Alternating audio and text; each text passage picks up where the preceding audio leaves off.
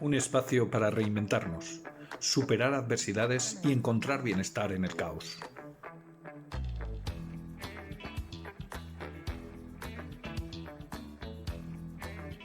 Porque cada obstáculo es una oportunidad para crecer. Buenos días, buenas tardes, buenas noches. Bienvenidos a nuestro programa Dale la vuelta a la tortilla. Hoy quiero hacer un comentario relacionado con los que he oído del programa. Cuando estamos hablando de darle la vuelta a la tortilla, estamos planteando el dar la vuelta a ciertas situaciones. Como bien dice Fernando, no estamos hablando de tirarnos al vacío, pero estamos hablando de analizar qué cosas podemos cambiar para vivir mejor en este mundo de caos. Entonces, antes de empezar, me gustaría recordar que darle la vuelta a la tortilla significa invertir las circunstancias o producir un cambio total en una situación, no obligatoriamente en toda la vida, lo que no quiere decir eso. Darle la vuelta a la tortilla es un espacio ideado por Ignacio Bonaza y patrocinado por Liderarte. ¿Y qué es Liderarte? Liderarte es una organización que es como una factoría de talento, es un lugar donde formamos, motivamos y desarrollamos a las personas, favoreciendo experiencias enriquecedoras como este espacio en el cual pues pedimos e invitamos a personas inspiradoras como Lola Casariego. Bienvenido, Lola. Bienvenida. Muchas gracias. Un placer aquí, ¿eh? Te tenemos, es un placer tenerte, Lola. Gracias por venir. Para mí una ilusión estar con vosotros también, compis. Pues en esta historia vamos a intentar inspirarnos de todo lo que vamos a intercambiar. Nos inspira Lola y a partir de ahí nosotros vamos oliendo la inspiración, ¿no? Oliendo la inspiración, pero estamos hablando de un problema, de posibles soluciones, de diferentes enfoques. Es importante porque al final se trata de conseguir un mayor bienestar en este caos.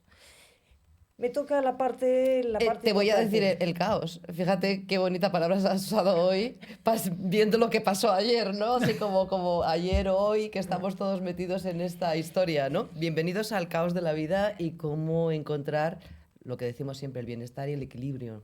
Sí, el caos. Simplemente nos han quitado una bombilla y ya nos hemos paralizado. De hecho, Lola decía... Mientras que al loco no le quiten el de la cabeza, vamos bien. Nosotros siempre tenemos una bombilla como aquí. No tenga bombilla.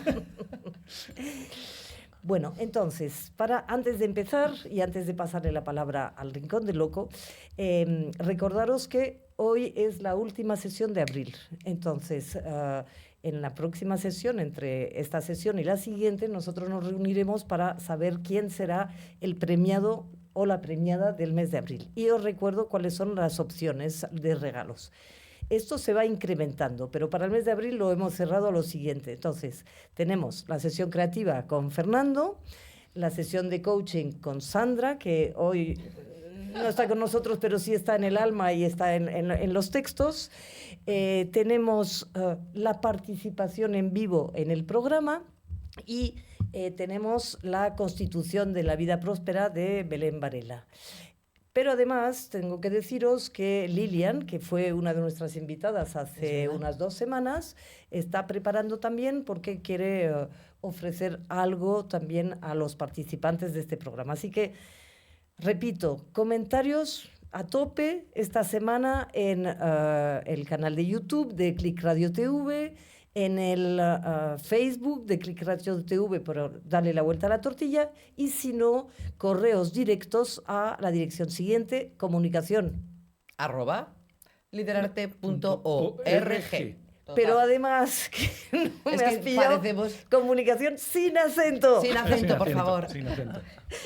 Fíjate, ¿qué de cosas tenemos? Bueno, seamos serios en los criterios. Con acento, pero sin tilde. ¡Hola! Ya está. Vale, ya así me gusta, así me gusta. Venga. Bueno, mi nombre es Maitena Cerbajean y con nosotros, como siempre, Fernando Berceval, nuestro... Dices que es difícil lo de creativo poliédrico, pero no, lo digo así porque es difícil de entender, no de expresar. y Susana, nuestra coach emocional. Bien, pues antes de darte la bienvenida oficial, Lola, ¿qué te parece si empezamos por el Rincón del Loco? Vamos a cambiar un poco el orden.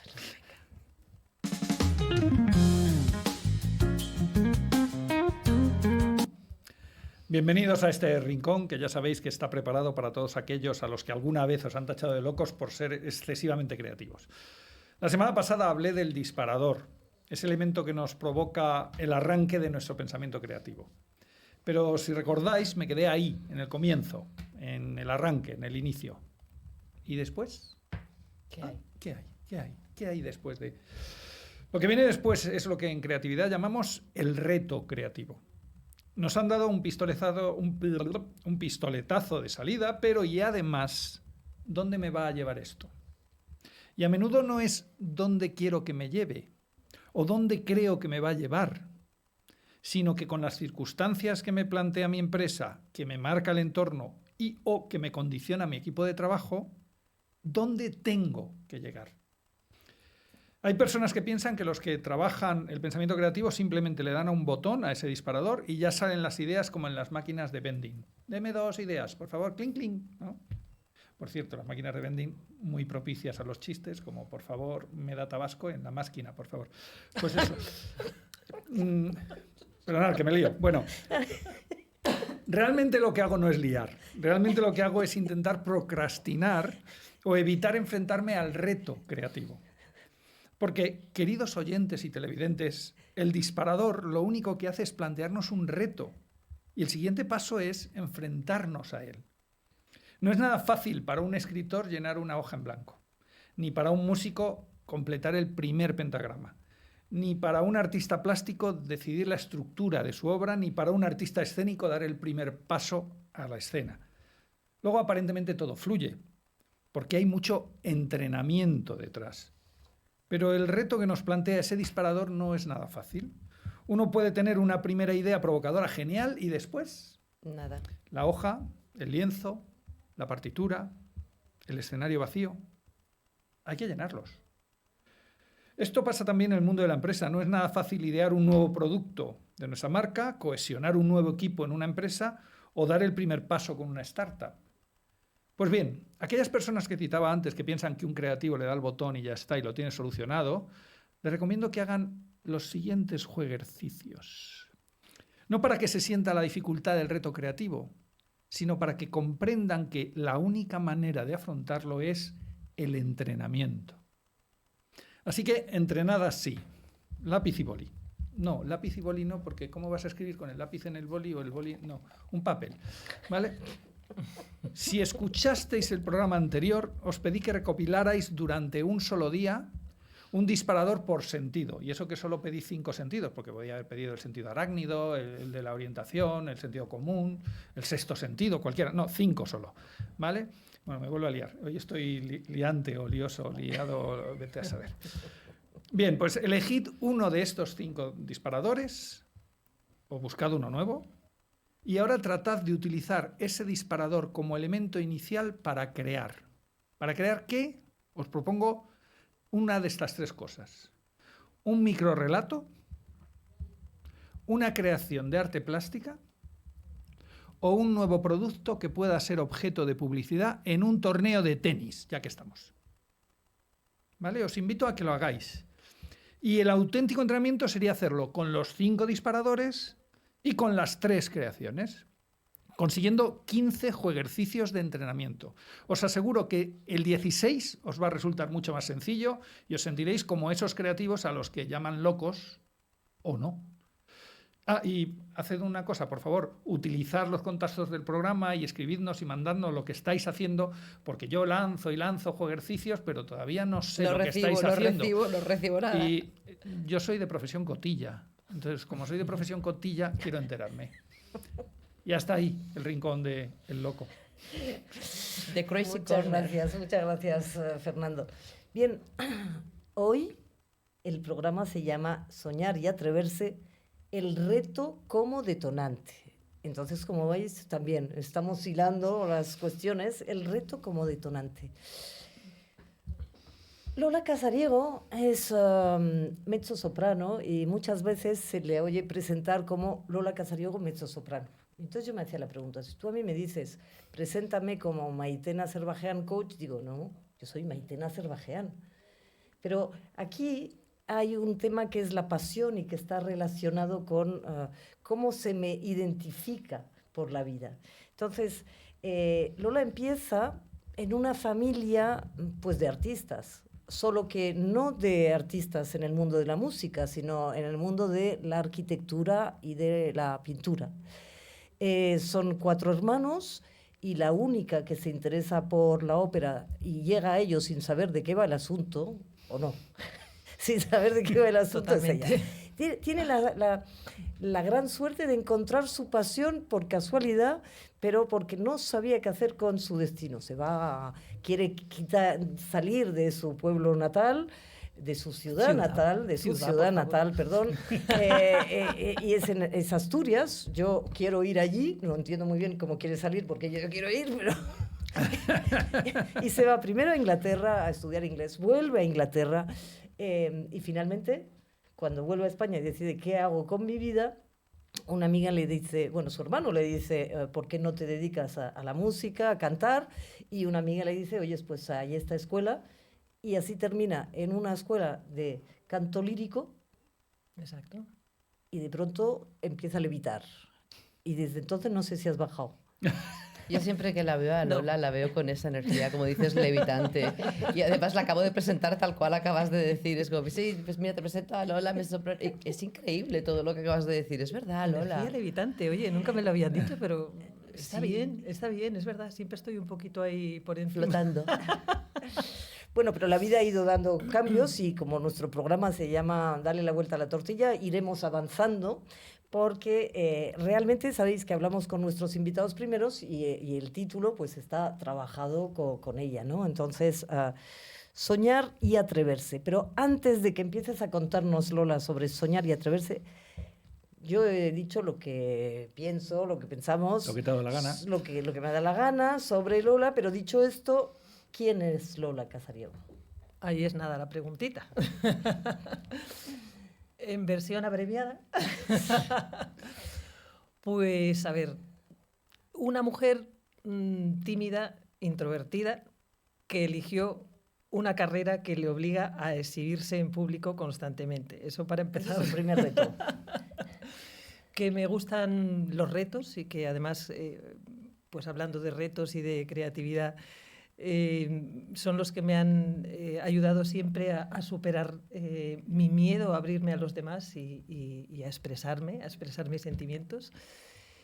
Que el canto y la escena son mi pasión, que me hace levitar, pero que además con ello pues he aprendido...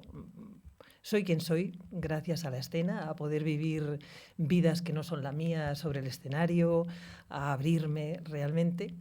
Y que hoy en día, a raíz de de dar la vuelta a la tortilla en algún momento de mi vida, que seguramente luego hablaremos, Sí, hablaremos, sí. descubro que también me gusta mucho la enseñanza. Llega un momento que me he dado cuenta que tengo que compartir todo lo que he ido aprendiendo y además, encima, otro último reto que es crear formaciones para motivar, inspirar y desarrollar habilidades en el mundo empresarial a través del arte y en concreto de mi arte, con esta maravillosa asociación donde estamos que se llama Liderarte. Muy bien, pues a mí me gustaría que volviéramos un poco a tus orígenes, es decir, ¿cuáles para ti tus primeros retos? Ahí donde te encuentras ante una situación que, bueno, pues que tienes que asumir, ¿no? Ese reto como detonante, ¿cuál fue para ti? Pues como decías antes, Maitena, yo lo que tenía claro, bueno, mis hermanos, eran mucho mayores que yo, eran 4 hijos varones, y yo era la niña pequeña, la única niña de la casa, y así como ellos fueron pues saliendo a estudiar fuera de Oviedo, se fueron a Madrid, de mí se esperaba que yo pues llevar una vida convencional, buscar un marido, me quedara en Oviedo y tal cual. Pero la niña salió con inquietudes. Pero ¿y cómo tu hermano llega a proponerte que empieces a cantar y todo esto? O sea, ¿tú cantabas normalmente por la casa cuando... Sí. Claro, porque si no te escucho cantar tampoco te puedo no decir que te pongas... Claro, es ¿Tú que... eras una cantarina desde peque? Totalmente. Y además es que pasaba horas y horas encerrada en mi habitación disfrutando como una loca, aprendiendo canciones de mis cantantes favoritas, acompañándomelas con la guitarra, ¿En qué repertorio escribiendo estamos poemas, aquí? en fin. ¿En qué repertorio de canciones estamos aquí? Pues mira, muy, muy distante de la ópera, porque me gustaba mucho el folk americano, un poco también por influencia de mis hermanos, que ellos en su juventud también habían tenido un grupo donde cantaban canciones de los Beatles y tal.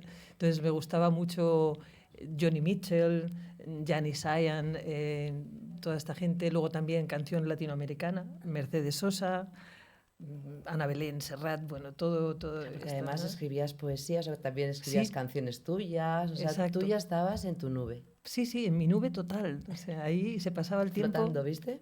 Sí. De ahí que Es lo que tiene el arte. aterrizar al mundo, ¿no? Y entonces Sí. en ese aterrizaje, cuéntanos, o sea, ¿qué pasa? Es decir, porque Se llama aterriza como puedas. Cuando te pasa eso, estás en la nube y te llaman, ¿no? Y el artista baja como puede. ¿O qué? ¿Cómo fue en tu caso? Bueno, en mi caso, y como decía Maitena, en mi casa había una veneración por el arte, gracias a Dios. ¿No? Había muchísimos pintores, siempre se estaba hablando de artistas, de exposiciones, de marchantes, de tal y cual. Entonces, cuando yo... Bueno, primero fui a Londres, porque lo que sí tenía claro, y ese primer reto, es que yo me quería ir de Oviedo. O sea, porque a mí se me quedaba muy pequeña la ciudad, ¿no? Y además quería descubrir el mundo igual que mis hermanos, que se habían ido por ahí de viaje y yo no quería ser menos, o sea... Entonces les dije a mis padres que quería aprender inglés y en principio mi idea era estudiar filología inglesa. Porque... Haberme lo dicho. Vaya por Dios. Pero es que no se me había ni pasado por la cabeza que podía ser cantante. Vale, entonces me fui a Londres. Mi padre me pagó 3 meses en una academia y allí pues estaba en una casa alojada de personas de allí, de Inglaterra. Y bueno, y aprendí inglés bastante, pero cuando tocó volver en Navidades dije, no, yo no quiero estar aquí, quiero volver a Londres. Y me dijo mi padre, pues entonces te las apañas tú, porque yo ya no te pago nada más. Obvio. Reto. Primer reto. Entonces me fui allí primero a casa de una chica que conocía del pueblo donde veraneaba, pero esa chica estaba casada con un señor que no quería que yo estuviera allí en esa casa, así que tuve que buscar trabajo de au pair a supervelocidad. Y además es que ahí fue una casualidad porque llevaba 3 días buscando y no encontraba nada y de repente en el metro me encuentro frente a frente con una amiga que veraneaba en el mismo pueblo que yo, allí en Asturias. Y digo, chica, estoy desesperada ya, no sé qué hacer, no tengo dinero para volver a Oviedo. Y me dice, ven conmigo a una agencia, a la agencia donde me dieron trabajo a mí, que seguro que allí te lo dan. Y entonces hubo la suerte que me colocaron en una casa además fantástica, ahí frente al Regent's Park. Bueno, en años, porque a mí siempre que contéis vuestras historias me gusta saber qué añitos tiene... 18. Gracias. Es que claro, Sí. es que 18 Sí. años y ya está ahí en el medio de Londres buscándose Sí. la vida con unos retos. ¿Tú soñabas ahí? Muchísimo. Sí. Bueno, yo tenía que trabajar en esa casa, lo que nunca había hecho. Oye, o sea, recoger la mesa, lavar los platos, hacer la cama, porque en mi casa, pues oye, por suerte o por desgracia también, pues me lo daban todo hecho. Eso por una parte, pero por otra, los ratos libres, otra vez cantando y descubriendo canciones y sí, me pasaba el tiempo así. Al final y el dibujando. talento, claro, el talento está, ¿verdad? Abriendo Sí. los caminos. Sí, ¿Y sí, tenías sí. ya idea de lo que querías hacer? Porque todavía no te habían pinchado y ni te habían dado un disparador que era ponte a cantar. Sí. ¿Qué idea tenías en la cabeza de qué voy a hacer dentro de 2, 3, 5 años? Pues eso, pensaba volver a Madrid y apuntarme en filología inglesa. Uh-huh. Hasta que vino tu hermano y te cambió la idea, ¿no? Entonces, cuando ya terminó mi periplo en Londres, sí, fuimos a Ibiza toda la familia, estábamos ahí en la playa hablando de todo un poco y dice mi hermano Carlos, pero Loli, que me llamaban Loli, por cierto, a ti que te gusta tanto cantar, ¿por qué no te dedicas a cantar? ¿Por qué no estudias? Y entonces ahí se me encendió una bombilla así enorme, la que se nos apagó ayer. Es que me dio un calorcito en el alma increíble. Dije, ¿pero cómo? ¿Que se puede estudiar esto? Y entonces fui a hablar con una amiga que ya había, del colegio, que ya había empezado a estudiar piano clásico. Y ella me habló de la Escuela Superior de Canto de Madrid. Entonces fui a Madrid ese año y me matriculé en Filología y en la Escuela Superior de Canto. Y entonces, al conocer la escuela, que además encima está en un palacete maravilloso en la calle Noviciado, que bueno, es que cada aula es una estancia de palacio, es precioso, es otro mundo para soñar, ¿sabes? Allí, pues ya la filología se me olvidó completamente. ¿Qué tendremos los filólogos, Dios mío? Digo, aquí me quedo. Y claro, yo lo que pasa es que no sabía nada de música clásica. Para mí yo iba enfocada más hacia la música Otro moderna. reto. Otro reto.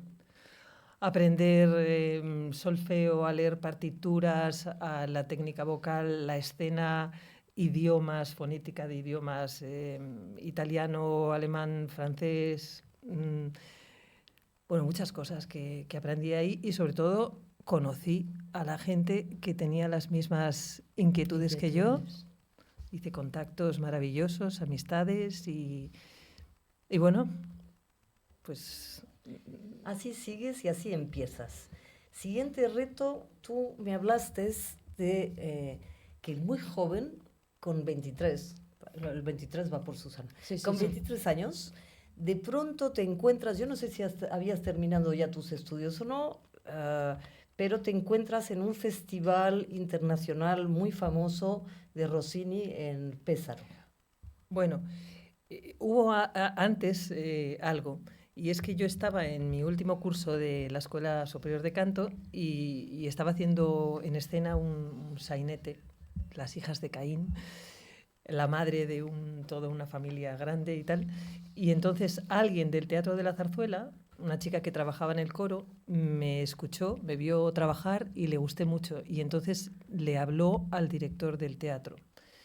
Y en ese momento estaban buscando a una cantante para que hiciera la protagonista de una zarzuela que se llama La Chulapona. Se hacían 2 casts, uno ya de profesionales y otro de cantantes jóvenes. Y entonces me pidieron audicionar allí.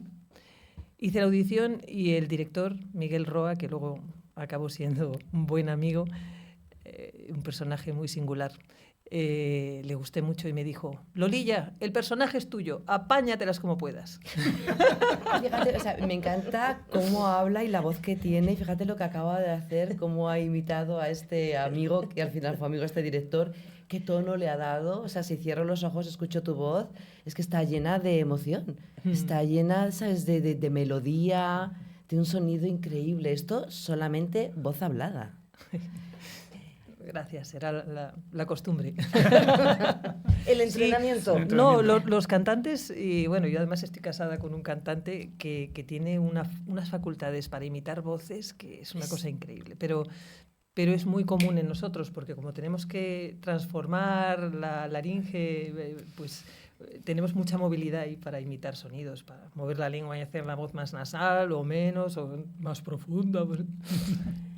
Tú tienes, aprovecho con esto del mezzosoprano porque no todo el mundo obligatoriamente, o sea, tienes justamente una voz muy profunda.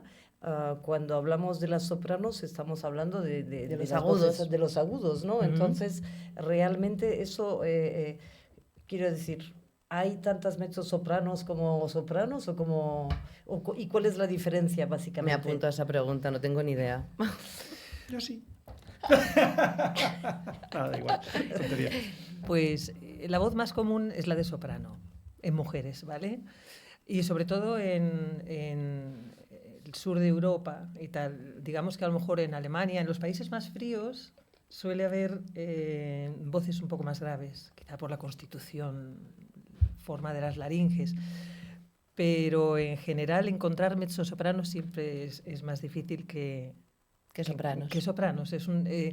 Mi voz en concreto es mezzosoprano porque también hay contraltos, ¿vale? O sea, las voces de mujeres se dividen en soprano y dentro de las sopranos también, pues soprano lírico ligera, estratosférica, soprano dramática. Luego está la mezzosoprano, que ahí también hay matices entre más ligera o más dramática. Y luego está la contralto, que eso sí que también es muy difícil de encontrar. ¿Y eso es todavía más grave o como...? Sí. Son voces equiparables a la de hombre, un poco a la de tenor, ¿no? Tremendo. Sí. Bueno, entonces seguimos. Primer reto, te encuentras en la zarzuela y Lolilla, apáñatelas. Ahí ya va por un montón de eso retos. te iba a decir, primer reto, no, ya vamos por el 24. Pues imagínate, Maitena, una chica tímida como yo, que tiene que interpretar a una mujer hecha y derecha de Madrid, que es dueña en aquellos tiempos de principios del siglo XX de un taller de planchado, a la que quiere todo el mundo porque es graciosa, salerosa, pero que tiene un novio que es un chulo, del chulo de Madrid, que la traiciona con su mejor amiga, Vaya. que trabaja con ella en el taller de planchado y que es un poco más joven. Entonces es un trío ahí. Pero lo que quiero decir es que esta mujer es una mujer de rompe y rasga. Tengo que bailar, mover el mantón con gracia, tengo que decir muchísimo texto y además texto dramático. Imagínate, hay un acto que termina con ella con la plancha, dando con la plancha en la mesa y diciendo: me ocurren a mí unos lances que son para escribir un drama. ¡Chan! ¿Qué pasa? Y cae el telón y la gente, bueno, llorando. Soy testigo porque yo he asistido a la chulapona y sí, es dramático. Es verdad que tú estuviste. Sí. Pues eso, o sea, para mí eso marcó un antes y un después, desde luego. Es que fue un chute de autoestima grandísimo saber que yo podía mantenerme frente al público, gestionar bien mis nervios y no solo eso, interpretar y disfrutar haciéndolo. Claro, entonces si yo interpreto lo que dices, en el fondo actuar, y más si añades el cantar, actuar te genera autoestima porque eres capaz de hacer un rol que va casi en contra de tu personalidad. Sí. Y entonces te sientes capaz de no ser tú, sino de ser un tú más potente, ¿no? O sea, Total. más fuerte, capaz de enfrentarse al mundo con más herramientas, más recursos. Exacto. Pues yo diría que esto es un reto, pero no para Lola, sino para todos los que estamos pensando en cómo le Por damos eso la el vuelta a la teatro es tan tortilla. terapéutico. Sí, Por eso tú lo cantar, sabes. bueno, el teatro es tan terapéutico porque sacan, Sí. dicen que los mejores actores y actrices suelen ser los más tímidos, Sí, cuidado. O sea, todas las artes escénicas en general, la danza, la música, el canto, la interpretación, está lleno de personas tímidas. Y Sí. aquí estamos 3 ejemplos básicos. Quiero decir, somos 3 tímidos que si nos ponen en una discoteca a intentar ligar, no vamos a dar ni medio paso. O sea, Sí, es curioso porque damos como una imagen, pero luego realmente en petit comité pues solemos ser bastante para adentro, ¿no? Pero yo saco una conclusión, y permitirme, porque tú has dicho Porque que tú no eres tímido, tú no eres pero aquí teatrera. estamos 4. No, pero Una porque es nos teatrera, conocemos. una Sí, no porque es teatrera, y justamente yo el tema de la introversión y demás lo plasmo en una pintura, en una escultura, en el Claro. trabajo de una fotografía, Bien, claro. pero ahí ni siquiera, claro, estoy dándome cuenta de que los artistas plásticos al lado de vosotros somos los que no salimos de nuestra zona de confort, sí. porque Sí. realmente... Solo o sea, para posar bueno, al lado del cuadro. En y exposiciones. eso, y porque ni nos eso. duele, y porque nos duele. En las exposiciones, sí. Sí. Además, ahí estáis, me acuerdo, mi hermano Carlos, cuando hacía sus exposiciones, se ponía malísimo el día de la exposición.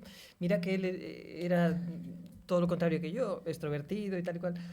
O sea, porque ahí es donde ya enseñas tu niño, ¿no? Te pones a juicio, es decir, que además lo que haces es desnudarte, pero no sales de tu zona de confort. Bueno, Sí. si se puede desnudar uno sin salir de Además, su zona de yo confort. te vi cantar una vez, ¿no? Y me encantó cantar, cómo te fuiste metiendo en el personaje, cómo ibas haciéndote altiva, cómo ibas estirando tu espalda, cómo ibas haciendo las respiraciones, hasta que entraste en el escenario y era como, hola, o sea, esa fuerza que tienes, ¿no? Que es que, claro, así sentadita eres muy maja, muy tímida, muy sweetie, pero claro, de repente vi esa Carmen que sacaste cantando y impresionó. Claro, es que Carmen es un personaje súper potente y encima de él se pueden sacar tantas enseñanzas que precisamente en Liderarte estamos trabajando con otra compañera, Laura Zabaleta, y yo sobre sacar habilidades de liderazgo a través de este personaje de Carmen. Me gustaría que siguiéramos avanzando porque dentro de los retos que tú has mencionado hay un punto que es este festival en el que has estado, este festival de Pesaro Rossini, y cuál es realmente el reto que viviste ahí, porque creo que a nivel general es este reto para personas que tienen éxito fulgurante, que es mantenerse, cómo te enfrentas a, porque todo lo que nos has contado, claro que son retos, pero has sido capaz de contestar a ellos. Yo recordaba en su planteamiento, o sea, cuando a mí por primera vez me cambiaron, había un escultor y me dijeron, está malo, te tienes que presentar tú en nombre de la escuela, yo no fui capaz de superar ese reto, o sea, me bloqueé, tú no. Conseguiste asumir el reto y tirar para adelante. Pero cuando llegas tan joven a un festival internacional, ¿cómo eres capaz de gestionar esa presión, esa tensión, en fin? Pues ese, Maitena, fue un reto no demasiado medido, porque yo siempre he sido un poco kamikaze, eso es verdad. Entonces, bueno, antes de llegar ahí vino a España un director de orquesta especialista en el repertorio de Rossini, que es Alberto Cedda, y nos audicionó a mucha gente allí en el Teatro de la Zarzuela, que es donde se hacía la ópera antes de que abrieran el Real. Y le gusté muchísimo y entonces me escogió para hacer la Rosina, que es el personaje principal de Il Barbiere di Siviglia, de Rossini, en un cast joven en el Teatro de la Zarzuela. Pero el caso es que seguimos en Sevilla. Seguimos en Madrid. Seguimos en Madrid. No, digo, Con el por el Barbero de Sevilla. Barbero de Sevilla. Entonces, tengo mucho éxito en Madrid, ¿vale? Pero Madrid es casa. Todavía. Y además ya me lo conocía, ya había tenido mis pinitos antes ahí y bueno, pues eso, es mi casa. Entonces, Cheta me dice, necesitamos una Rosina para el Rossini Opera Festival de Pesaro, que es la cuna de Rossini y el templo de la música rossiniana. Ahí van los más de lo más, ¿no? Podrías ir, es un poco arriesgado, pero yo creo que sí, que estás para ir.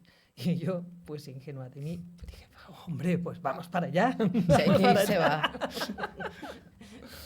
Y ahí estuve sola porque quería ir, mi familia quería montar un autobús y irse todos a verme desde Oviedo. Y entonces yo, y también el que era mi marido, entonces me dijo, eso no es bueno. Luego fue un error porque me hubiera gustado tener allí a mi familia y apoyo y tal. Estaba muy sola, estuve casi 2 meses ahí en Pesaro, tenía 25 años.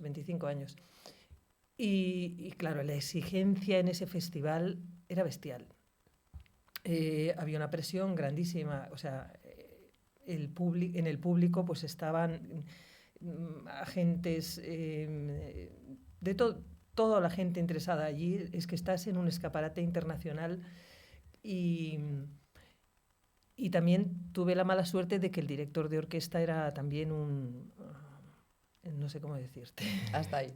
Sí. Hasta ahí, lo hemos entendido. Bien, vamos a dictador, sí. un dictador. Muy a tu Pesaro, ¿no? Muy a mi Pesaro. Vamos a dejarlo ahí porque esto es un tema de asumir esos retos cuando uno no es maduro todavía.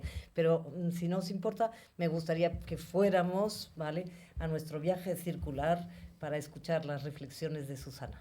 belleza.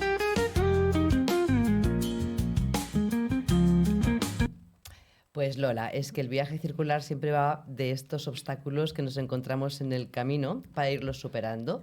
Y te iba escuchando y bueno, por eso te preguntaba lo de soñar, ¿no? Porque para mí un obstáculo que nos podemos encontrar es dejar de soñar. Y digamos que cuando hablo de soñar es deseos, anhelos, objetivos, metas, sueños. O sea que no es lo de irte a dormir y tener un sueño, ¿vale? Dejar de soñar convierte nuestra vida en vidas monótonas, vacías y sin sentido. Una persona que deja de soñar no tiene metas que alcanzar, ni visión hacia dónde dirigirse, ¿no? Muchas veces se pierde el motivo por el que seguir adelante y sin darte cuenta bajas la cabeza y apagas la lucecita interior con la que imaginar, esa de que hablamos todo el tiempo, la luz que nos guía, ¿no? Nos volvemos expertos en sobrevivir. Hay mucha gente que, bueno, sobrevive, pero olvidamos vivir. Y un día nos miramos al espejo y decimos aquello de ¿dónde quedé yo en todo esto? En toda esta historia de mi vida, ¿dónde estoy yo, no? Porque la vida se va llenando de no puedo, no es para ti, ya estás mayor para eso, y empezamos a bajar la cabeza, a escoger, a esconder esos deseos, a no contarlos, a no compartirlos, y se quedan en ese baúl del olvido, que además nunca abrimos porque se han convertido en nuestros mayores monstruos, ¿no? Ese baúl. Soñar alto no es ingenuo. Y ahora va para ti. Ni siquiera es vivir en las nubes, es ser valiente, porque implica mirar más allá de lo que eres y tienes hoy, creer que algo mejor es para ti y te espera a la vuelta de esa esquina, en ese reto del que siempre nos hablas. Soñar alto es comprometerte contigo misma, es dejar de conformarte con una vida que te aprieta y construir una que te abrace. Qué bonito esto, ¿no? O sea, esta cosa de sobrevivir. Y se requiere atrevimiento, retos, como tú dices, a hacer lo que nunca hiciste. Fíjate qué cantidad de cosas lo estás contando, nunca lo hice, pero yo fui, era un poco kamikaze. Equivocarte sin que eso te defina. No eres eso en lo que te equivocaste. También es cierto, ¿no? Y dar ese primer paso, aunque no veas el camino completo y luego te encuentres 2 meses, pues ahí en medio, expuesta en el medio de la crítica sin saber qué va a pasar. ¿Y qué más da? No soy eso en lo que me equivoqué o en lo que traté, ¿no? Cuando dejas de soñar, pierdes dirección, pierdes energía, pierdes esa chispita, esa chispa que te hace sentir que tienes algo único que ofrecer. Y si sientes que ya no sueñas, que ya no tienes sueños, que ya, pues es que no hay meta, no hay ilusión, despiértate, ¿no? Es como date el reto de nuevo a empezar a imaginar cosas que te saquen de la rutina, en ese deber, en esa obligación, que luego se convierte en resignación, cuidado con esta palabra, ¿no? Los sueños, los anhelos son un motor que activan el enfoque y sobre todo la fuerza para avanzar. Además, quien no se atreve a soñar nunca logrará ese sueño. Porque si no lo veo, ni lo huelo. Y los sueños hacen que la vida sea más interesante. Porque ¿qué sería la vida sin sueños? Como dice Calderón, como dice, ¿no? La vida, sueños son, ¿no? Soñar no es una obligación, por supuesto, es un regalo que regresa cuando te das permiso a sentir. El sentir siempre, ¿no? De explorar y de volver a elegirte a ti. Y si hoy no ves claro tu sueño, pues no pasa nada. Tus sueños no caducan, no van con fecha de caducidad como los yogures. Tal vez están dormidos, tal vez están silenciados, pero pues eso, no han desaparecido. Y tú puedes volver a soñarlo simplemente con esta cosa de desplegar la imaginación, soltar el disparador y hacer los jueguecitos. Ahí está. Muchas gracias, Susana. Un apunte. Dígamelo. Los sueños no tienen fecha de caducidad, No. pero tienen fecha de consumo preferente. Ah, estoy totalmente de acuerdo. Mira, como te ha gustado lo del yogur, pues sí, totalmente. Sí, porque si no, los sueños escapan entre los dedos, que muchas veces hablamos de eso, y el tren pasa y de repente luego ya no está. Por eso ella cogió el tren directo, ¿no? Y te dijeron, vete allí 2 meses, y dije, este tren le cojo sí o sí, ¿dónde va? No tengo ni idea, pero me subo. Pero además en tu vida has tenido un momento, claro, cuando hablamos de venir al programa, dijiste, claro, se trata de que yo hable de cuando realmente le he dado vuelta a la tortilla. Hasta ahora estábamos hablando y no nos hemos centrado en toda tu vida y toda tu carrera, pero llega un momento en que das la vuelta a la tortilla obligada porque ocurre algo, ¿no? Decíamos, dar la vuelta a la tortilla de forma voluntaria, parcial o total, y tú te encuentras ante una situación, pero ¿qué situación es esa? Bueno, A partir de allí, de lo de Pésaro, yo estuve muchos años trabajando sin parar, absolutamente sin parar, y tanto a nivel nacional como internacional. Además, intentando conciliar a mi hijo, mis labores de madre, con Esta la con tenemos que traer cantante de también a darle ópera, la vuelta a la que tortilla. Eso es un reto, Es un reto pero gordo. para vamos. hombres y mujeres, A para mí se me papás y mamás. rompía el corazón cada vez que me llamaban para trabajar y tenía que estar 1 mes y medio, 2 meses separada, porque al principio yo me llevaba a mi hijo siempre. Me gastaba todo el caché en una nani que me lo cuidaba mientras estaba pues en Israel, en Francia, lo que sé. Pero luego lo tuve que dejar por escolarización. Entonces, como digo, fueron como 30 años sin parar, hasta que de repente a los 50... La vida te para. La vida me para sí o sí, por un cáncer de mama. Entonces, pues ese cáncer y la rehabilitación, la recuperación siguiente me hicieron estar parada más o menos 2 años fuera del mercado. ¿Y qué pasó? Pues que ahí sí, hubo que dar varias vueltas a la tortilla. Pero fue un momento que yo aproveché precisamente para ver qué es lo que tenía yo alrededor y qué cosas no estaban marchando en mi vida. Porque claro, cuando tienes una actividad tan exigente como es la ópera, que es que te exige toda la energía, a veces se van quedando por el camino cosas. Y bueno, yo estaba además divorciada. Entonces estaba sola con mi hijo. No, perdón, cuando el cáncer ya estaba con mi actual pareja. Vale. Sí. Pero, en fin, mi hijo estaba en adolescencia y estaba teniendo una adolescencia complicadísima. Estaba fumando porros, los estudios fatal, bueno, todo mal. Entonces fue un momento en que me di cuenta de que mi hijo me necesitaba muchísimo. Y también que al año de haber terminado la quimioterapia, me di cuenta de que tenía que buscar trabajo de alguna manera, pero todavía no podía cantar porque tenía el cuerpo completamente dado la vuelta. O sea, no puedes, destrozado. Sí, y entonces empecé a dar clases de canto particulares. Y eso también fue un descubrimiento, fue un reto, porque a mí dar clase nunca me lo había planteado tampoco, ¿no? Y descubrí que me gustaba muchísimo, que se me daba bien, que tenía paciencia y todo, no sé, y psicología para... Y a partir de ahí, pues tampoco la he dejado la enseñanza, sigo a nivel privado y también pues dando masterclasses en conservatorios superiores, dando clases también de voz hablada. Te tuviste que reinventar. Me reinventé. O sea, es como te estás reinventando en ese momento. Sí, usando la técnica del canto, pues la he utilizado también para la voz hablada. Entonces doy clase también a locutores de radio, a actores, actrices. Me vas a tener que dar clases. Sin comentarios. Claro que sí. Entonces, o sea, aquí estamos hablando de un darle a la vuelta a la tortilla obligatorio. Sí. O sea, porque realmente me quedo sin poder trabajar en lo que he venido haciendo y que era mi pasión. Y para ti, en esa nueva etapa, ¿cuáles son tus aprendizajes, podríamos decir?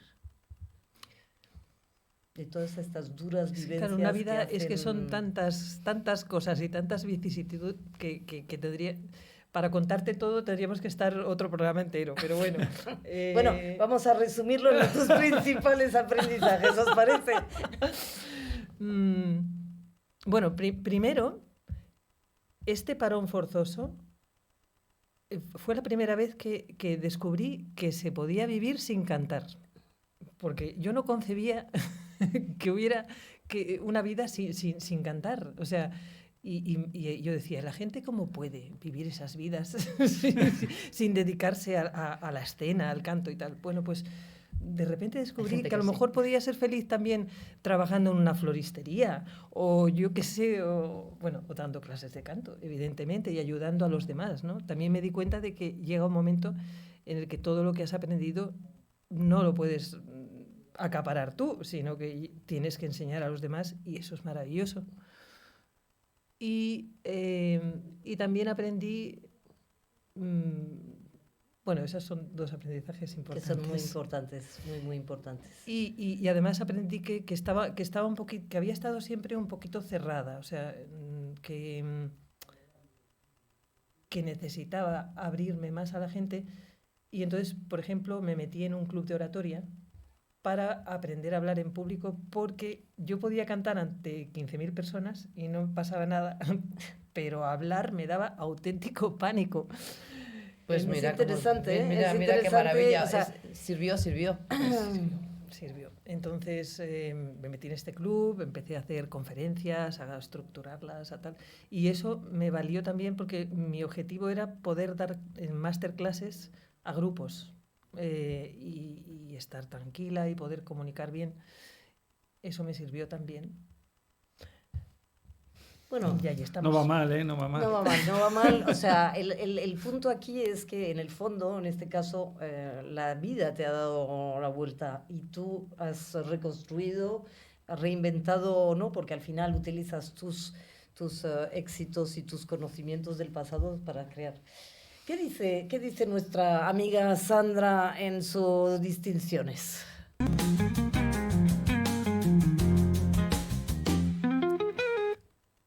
Dice Sandra, de pequeña, Lola soñaba con cantar y jugaba a ser otra, a ser muchas, a ser libre. Enlazar con alguno de los ejemplos o experiencias que haya compartido. El sueño era grande, pero etéreo. Era deseo, era anhelo, era música flotando en el aire. El sueño exigía técnica, disciplina, caídas, dudas. Muchos habrían parado, pero Lola hizo algo más difícil. Convirtió su sueño en visión. La diferencia es sutil, pero decisiva. Un sueño se sueña. Una visión se construye. El sueño te acaricia. La visión te compromete. El sueño te visita. La visión te habita. La visión de Lola tenía forma, escenarios, partituras, horas de estudio, maestros y silencios. No era ya quiero cantar, sino para qué canto, a quién entrego mi voz, quién quiero ser cuando canto. Y así su canto dejó de ser solo suyo.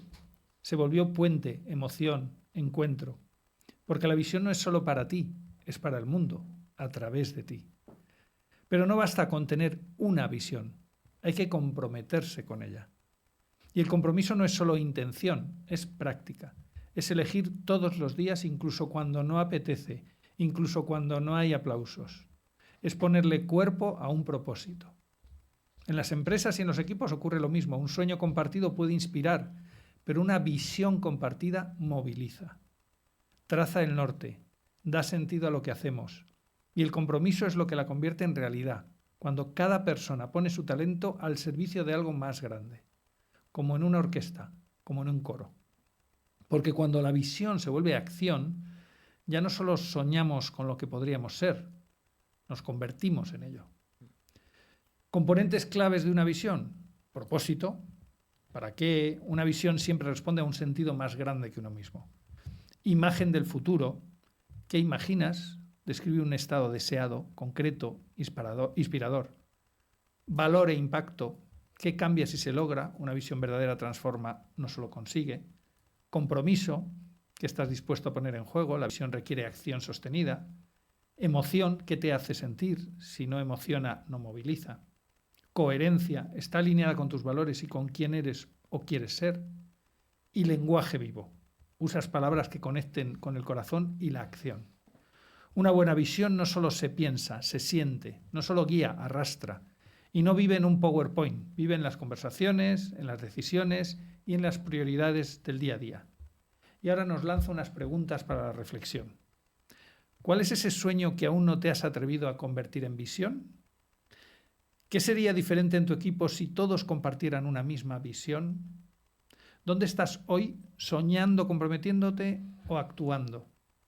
Y si tu historia pudiera inspirar a otros, ¿qué te gustaría contarles? Pues, queridos escuchantes, oyentes, muchas gracias, Lola, por haber compartido este rato con vosotros. ¿Con qué terminamos hoy? ¿Qué te gustaría decir a estos escuchantes de tus aprendizajes? Y con esto terminaríamos hoy. Un aprendizaje importante que tuve y que quizá debido a mi timidez no aprendí en su momento. Es que es importantísimo lo que llaman hoy hacer networking. O sea, yo creía que yo sola podía con todo, que era bastante individualista y además creía que con mi calidad artística pues me iba a mantener siempre, ¿no? Ahí. No me ha ido mal, desde luego estoy súper agradecida de toda la carrera que he hecho, pero podía haberlo llevado mejor si hubiera sabido que crear lazos, vínculos con la gente de la profesión un poco más afectivos, no sé, una red de apoyo, todo eso que también para las empresas es fundamental. O sea, uno solo no puede. Aparte de que todos somos importantes, pero nadie es imprescindible. Siempre puede venir alguien que te sustituye, con lo cual es importante crear esos lazos y cuidarlos. Muchas gracias, Lola. Bueno, pues ya sabemos, no podemos cambiar la dirección del viento, pero sí podemos aprender a tirar las velas para llegar a nuestro destino mejor. Muchas gracias a todos y hasta la semana que viene. Gracias, Lola. Gracias, Lola. Un espacio para reinventarnos, superar adversidades y encontrar bienestar en el caos.